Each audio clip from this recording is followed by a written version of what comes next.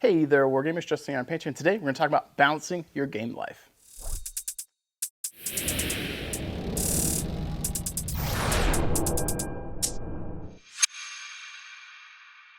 I'd like to welcome you guys back to the channel. If you're new here, please alpha strike that like and subscribe button. If you're a returning viewer, thank you for tuning in today.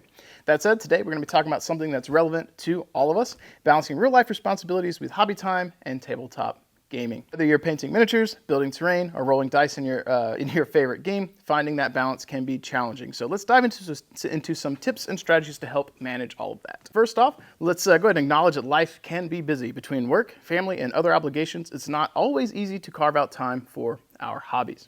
But with a little planning and some smart strategies, you can enjoy your hobby without neglecting your responsibilities altogether.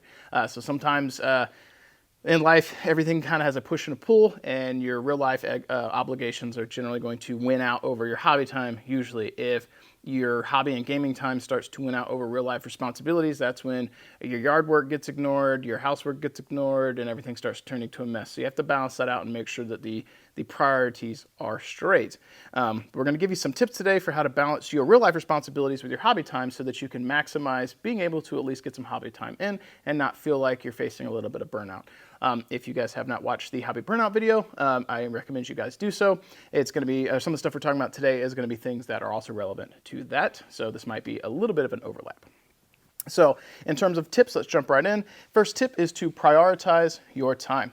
So make a list of your daily tasks and responsibilities. Identify what's urgent and what can be scheduled for later. Prioritizing helps you see where you have pockets of free time. In those pockets of free time, that is where you can get some extra hobby time in, maybe some game time, maybe some reading, or maybe even some physical activity. One of the things I've been doing is trying to, it's not super great, but trying to give myself at least 30 minutes a day on like a treadmill type thing just to get a little physical activity. And I'm getting older, a little bit thicker around the waist, and making some time to get that physical activity in is very important.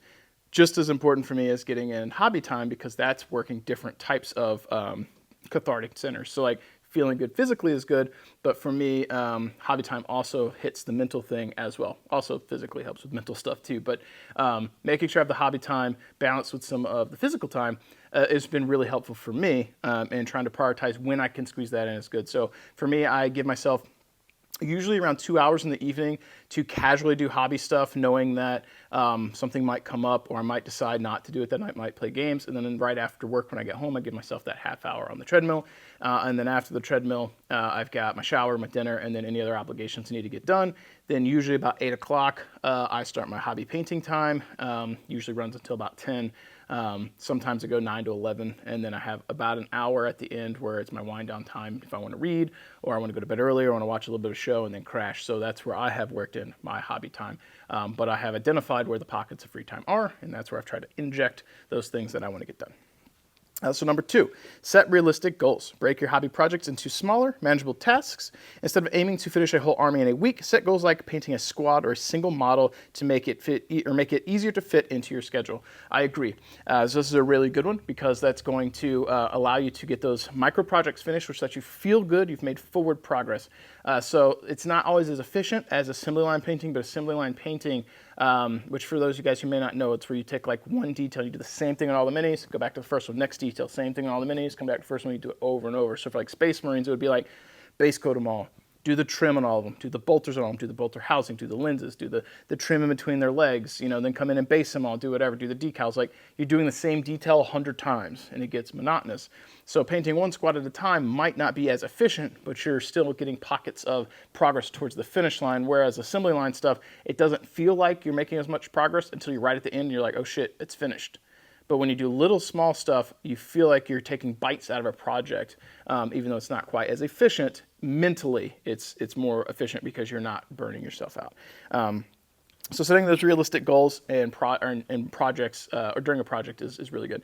And one of the things I also do is I will kind of divide out my army, what it's going to be, and these are the grunts. These are the ones that get this level of detail. These are my HQs. These are my tanks or whatever, and I will put things into priority settings where it's like I need to get these 50 Space Marines done, for example. They're going to be monotonous, but I need to get it done. What's my reward for that? Then I get to paint the HQ, one single guy, and I really like doing all that detail on them. That's my reward for this. Grab that HQ once they're done. Once he's finished, I'm like, oh man, okay, what's my next thing? Then a dreadnought, which I like painting armor. So I reward myself by finishing parts of a project. And that in turn means I'm carving up into smaller bite-sized pieces. One of the other things I do with Battletech when I'm painting minis, I will usually leave the canopies towards last, because that's the funnest part for me painting on a mech usually, and that's my reward for completing the mech that I'm working on. I get to do the canopy work. So it's a little bit of a trick of the mind, so to speak, but I have kind of cut up a project, whether it's chunks or chunks of the actual piece I'm working on and what order I'm working on them. I've made that bite-sized and easy for me to deal with, and then rewarded myself for working on it. So find those ways that will work for you. Number 3, creating a schedule. Dedicate specific times in your week for hobby activities, whether it's an hour in the evening or a couple of hours on the weekend. Having a set schedule helps you stay consistent. I agree. This is also the same thing with kind of trying to do physical activity. Maybe you don't go to a gym, but once you get into a routine, it starts to become second nature. So it's like every day, come home, I hit the treadmill, I take a shower, eat dinner, set up for some hobby time. And I don't get to do the hobby time every day. I try, but it doesn't always happen because other work life things come up, or I've got a date with my girlfriend, whatever. But I still have the nights of the week that I try and aim for. And then Sunday nights, if I'm not doing my like D&D or Star Wars RPG, especially before I started doing those, Sundays were always my like work on hobby stuff, relax, and film days or edit days. So having a schedule, and especially if you balance your hobby stuff with your day-to-day responsibilities, can be good. It again comes down to like carving up your time and making sure stuff fits where you want it to fit. Making sure you balance it though, reiterating that's very important. You don't want hobby time to start taking more away from your social obligations and things that you should be doing at your house or taking care of yourself. So find that balance, see what works for you and where you can fit things in with your time. So number 4, combine hobbies with social time. If you have family or friends who share in your interest in tabletop gaming, combine social time with hobby time. This way you're spending quality time together while enjoying your hobby. This is really good for those of you who may have like children. I see this a lot, especially in the Battletech community where dad's painting with his kids, but you could also be painting with your wife, your girlfriend, mom, whatever. I think that is really good too. This is also something I talked about in the hobby burnout area in terms of social time. We are infinitely more connected today with social media and the internet, but still somehow so far apart. So finding a way to sit down physically face-to-face at a table with someone, if you can do that to get your hobby time on, whether that's family or friends, is really, really healthy. Being able to paint some mini, show someone, laugh, talk, have a few drinks if you're an adult and you're able to do so and that's healthy for you. Anything that you could do that's going to give you that wind down time and that cathartic experience is really good. And I think the social aspect of or social time, social aspect you can add to your hobbies married to that is really, really good. And it's one thing that helps motivate me. If I was able to paint with John more, it would be really cool. We used to do that back when we started 40K in like 2010, I think. He'd come over and we'd paint for hours. And I find that even more motivating. When I paint by myself, I get bogged down with my own thoughts or I lose motivation. And when painting with others, there's always something to talk about and it doesn't feel quite as much like a job. So if you can find a way to combine your hobbies with social time, you should do that. Number 5, use downtime effectively. Use short breaks or downtime. I just repeated myself. Waiting for dinner to cook or break between meetings. Use that time to do small tasks like assembling miniatures or planning your next game. This isn't always practical, but if you've got a lot of time constraints, maybe if you are cooking dinner, it's going to be like an hour or something. You could have a little hobby table or fold-out table or workspace where you can set your timer on your food, get a little bit of progress done. Again, this kind of comes down to cutting things into bite-sized stuff, knowing what you're working on. So for me, when I've got a little bit of time, I've got a few minis for Star Wars Legion that I've been assembling, and I have to work those in. They're sitting on my desk, and if I've got like a half an hour, and I've got to go somewhere in a half an hour, something like that, I'll sit down, start working on assembling a guy. If I can't finish it, I've got a place where all the bits go. I'll come back, work on that later.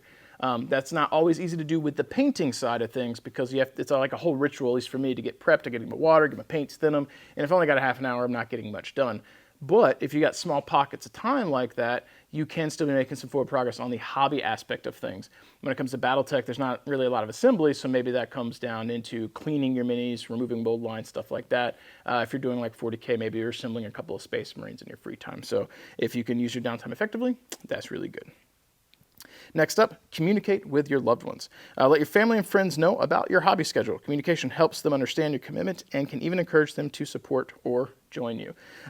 So I've talked about this a lot with balancing your work life, your social life, your obligations at home with your hobby time. But it can be real easy to take away from your hobby time constantly to do other things. But for me, it's been very helpful, like especially my mom wants to spend a lot of time with me now. And she want to go to dinner or do something. Sometimes she tries to pack like a week of all the things we've got to do, and I have to pump the brakes and be like, hey, Mom, like happy to do stuff with you, but like I need some me time. And make sure that you balance that way. You don't want it to be all you time all the time, but being able to set expectations and be like, hey, this day of the week, I really want to be working on this stuff. So I'm happy to do some things on these, shift my schedule, but this is my normal hobby day, and this is what I would like to do. And again, balancing that can be tough, but make sure you do in a healthy way. And I have found when I have communicated that to people and said, hey, happy to go on a date, do this, but like next week on this day, I've got plans to do my hobby stuff.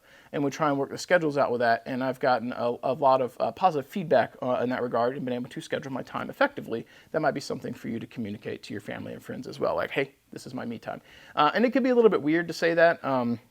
Because some people they aren't initiated into the hobby, it may be a little odd, but it's the same thing. If maybe they got a book club or they've got friends they go meet up with or do whatever, it's the same kind of thing. This is just your time for you, for however you're recharging your batteries, right? Or mentally, having your release. For them, it might be a different experience. There's nothing different about setting up a meeting night with friends versus a D&D night with friends. One might not be nerdy and one might, but it's the same thing. Setting aside time for your hobby is just the same as setting up a D&D night with role-playing friends, or setting up a night to go out with your friends to go out to eat dinner, go to a bar, go play a mini golf or something like that. It's the same kind of thing. Just for people who aren't initiated to nerdy hobby stuff, it doesn't resonate sometimes immediately. That's the same types of stuff. They just think, oh, hey, nerd. But it is the same thing. We're all sailing through life in our own way and trying to feel comfortable doing so, and this is the way that you do. So communicate with your friends and family and let them know kind of what you want to be doing with your free time, and try and schedule accordingly. Next up, stay flexible.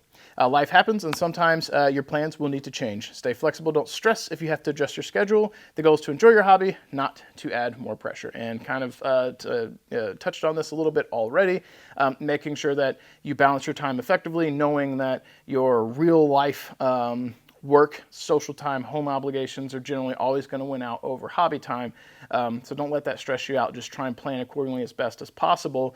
And if you find that it keeps yanking from your hobby time, maybe you got to reassess and figure out what's causing this. What can you do more efficiently on this side with work life, social time, family time, and all that to make sure you can still do the things that you want to do outside of that.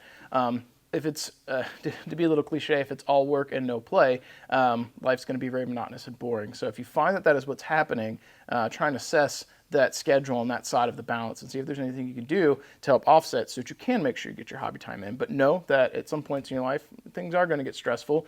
Things are going to be taxing on your time, and you will get through that. And perhaps you won't be able to do hobbying during that time because you've got a lot going on, but allow the hobbying to be the reward for making it through. So shift your perspective and look at it that way. So like, hey, I'm real stressed out right now with school. I got a lot of papers to do, end of the year stuff. I got to be writing all this stuff. I got to be taking all these tests. I just don't have time. I got to study. When you're done, your reward, hobby time. All right, guys, I'm finished with school. I just graduated. I'm going on vacation or whatever, but my vacation is this weekend. I'm doing some hobby time. I'm meeting up with my boys, and we're going to be playing some Battletech. We're playing some Warhammer. We're going to do some D&D, whatever it is. Let that be your reward for making it through. So for me, working Monday through Friday, my reward on Fridays is usually seeing my girlfriend, Saturdays hanging out with her, or going to film, play some Battletech. The end of the week that I've made it to is my reward for making it through work. And that's cliche too, because everyone does that. But if you start to look at it from that perspective, it's like, okay, yeah. When you're working, sometimes it sucks, but if you're like, you know what? Come Friday night, I get to have my social time. I get to have my reward. Sometimes at work, it's real busy, and it's like, I might be real busy, and I don't get to have that for 2 weeks, right? Because I'm just so drained. But at the end of that, that's my reward. I'm going to sit down and do the hobby thing I want to do and feel good about it because I've worked hard so that I can enjoy this time, so that I can be buying these hobby minis and these hobby materials and stuff like that, so I can have my free fun time. That's your reward. Shift your perspective a little bit. Remember, maintaining a healthy balance is crucial. Here's some additional tips here as we end this video to keep in mind. Try to avoid burnout, hobby burnout, which again, we have a video on that. Pacing yourself is key. Don't overcommit or spend too many hours at once on your hobby. Taking regular breaks helps you stay refreshed and motivated. Second up, integrate your hobby with daily life. Look for ways to integrate your hobby into your daily routine. Listen to gaming podcasts during your commute or read hobby magazines during lunch breaks, for example. Getting into a thriving Discord community and hang out with friends to show photos of hobby progress and stuff like that is also very good. Number 3, reflect and adjust. Periodically reflect on how you're balancing your time. Are you feeling stressed or rushed? Adjust your schedule as needed to maintain a healthy balance. Remember, especially when it comes to the hobby stuff, this should not be a job for you unless you're somehow doing it on commission. Otherwise, it's not a job for you. This should be fun, and if it feels like it's getting a job, reassess and figure out what you need to do to make sure that it's not draining on you, it's not weighing on you. And finally, celebrate the small wins. Can't emphasize this enough. Celebrate your progress, no matter how small. Each completed project or game session is a step towards your bigger goals and adds to your overall enjoyment. Those little bite-sized pockets of I finished a thing should feel good, give you that dopamine dump, and let you know that you've taken a step closer towards finishing something. And a lot of this has to do with perspective and those mental gymnastics a little bit to go through to get you into a healthy mind state as you approach your hobby time. So with that said, there you have it, folks. Balancing real life responsibilities with hobby time and tabletop gaming is about prioritizing, scheduling, and staying flexible. So what are your guys' tips for managing your time effectively? Share your thoughts in the comments below. Is there anything here that wasn't new to you or that you liked? Anything you would like to add? Anything that you do? Any tips or tricks to get your mind tricked into being happy about hobbying or getting motivated, or anything you're doing to help adjust your schedule? Let us know in the comments below. As always, I hope you guys enjoyed this. I hope it lets you know you're not alone in the world in terms of approaching your hobbies and your mental state of mind. Hope you guys are treating yourself kindly, feeling good about your hobbies. But as always, keep rolling your dice, keep painting your models, avoid that hobby burnout, and I will catch you guys next time. If you made it this far, you're probably a viewer that already hits that like button when you see a video come up. You're probably already a subscriber, and you probably jump into the comments down below to help support the channel, to help support that algorithm. But if you're looking for some other ways to help support the channel too, make sure you check the description down below. Maybe you want to pick up some paints from Monument Hobbies. That's my paint of choice. The Pro Acrylic line is chef's kiss, good stuff. Maybe you want to check out some of the offerings from Death Designs, where I work in my day job. We got plenty of 3D printed products, as well as MDF terrain, some of the stuff that I have designed myself and we play with here on the channel. And if you're looking to bolster your Battletech ranks, miniatures, and offerings, make sure you check out Bobby from Fortress Miniatures and Games. He's one of the main supporters of the channel as well, and supporting any of these companies helps support what I do and helps to ensure that I can continue to bring content to all of you. If you want to become a super supporter, I highly recommend you guys check out the Patreon. You guys get that extra little edge to help push more content out, and I really do appreciate that. And my ultimate goal on the channel is to continue to be able to not only put out the content we have now, but to get to a point where you can put out more content later, whether that be battle reports or painting tutorials or just more rambles, anything at all. I'd like to be doing more content for you. This is something that I enjoy. I like being able to cast a light into the darkness to bring a little bit of hobby positivity to all of you and make you feel good, and also enjoy playing games myself. As we do the final sign off here though, I do want to go ahead and switch on over and do the scroll of awesome to showcase all the Patreon supporters, the super supporters of the channel, to give them some recognition for helping support what I do. Thank you guys so much, and I will catch you guys next time.